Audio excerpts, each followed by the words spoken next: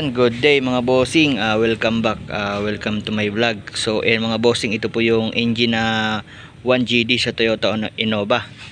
Ayan, ituturo ko po sa inyo yung tamang pagkabit ng drive belt.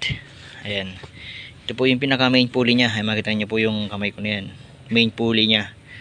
And then dadaan po siya dito sa may tensioner. Ayan, ito po yung mga pinaka tensioner nya. Ayan.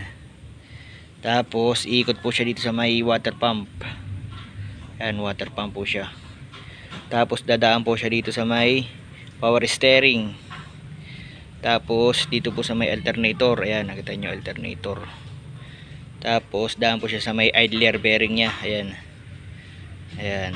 Tapos ito na po yung pinakalas nya, yung sa may compressor. Ayan.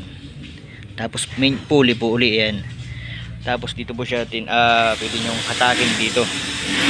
Hatakin nyo lang po siya dito pa kanan, pa ganyan, para yung tension nya maipasok nyo yung belt, drive belt. Ayan. Ayan po, 19mm po yan mga bossing. Dito po siya lalagyan ng liabi para mahatak nyo po yung pinaka tensioner nya. Ayan.